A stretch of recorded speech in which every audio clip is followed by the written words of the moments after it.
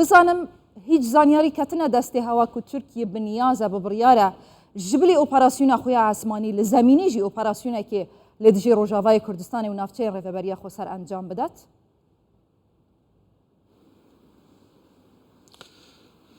بله درباره وی که د آگاهی که تقصتونه یا لیج ناو اپراسیون دیار دبکو و اپراسیون که هوایی بجبر وی که جی نها جبو اپراسیون که بجایی چه اماره چه نشانه اک نینه لی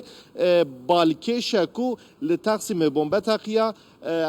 بالیوسخانه امریکا هشاری دا پوتین و اردوغان هفدیتنه که تلفن انجام دادن و پیش وی کیجی او اپراسیون دست بگیر اف همو به هف و گریداینه چما گریداینه جاره یکمه که پیشتی 2018 ترکیه لروجاوای کردستان و سوریه قادا هوایی یا کو بن کنترل روسیه ده بکارتینه افجید ده خویان کو ترکیه پیشی آگاهی دو روسیه پاش اف اپراسیون دست بگیریه ترکیه بیجه وان لباشور کردستان و روجاوای کردستان صد خال دست نشان کرده او اف اپراسیون جی لسر وان صد خالان هاتیه انجام دان کو هزم پککه و یا پکه لوان درانن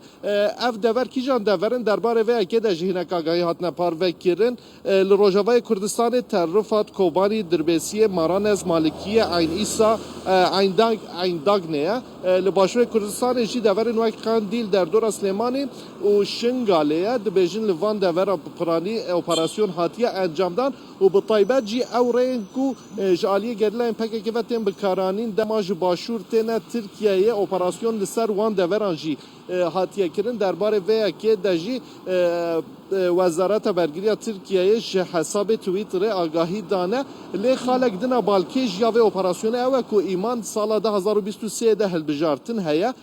چما از وی که بجم جبر کو سال 2018 ده دم اپراسیون افرین